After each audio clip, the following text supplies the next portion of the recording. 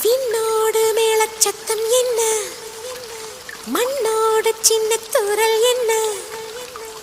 எங்கேதான் சென்றாயோ இப்போது வந்தாயோ, சொல்லாமல் வந்தது போல் இல்லாமல் போவாயோ, தப்பாமல் மீண்டும் சந்திப்பாயோ, நீ வரும்போ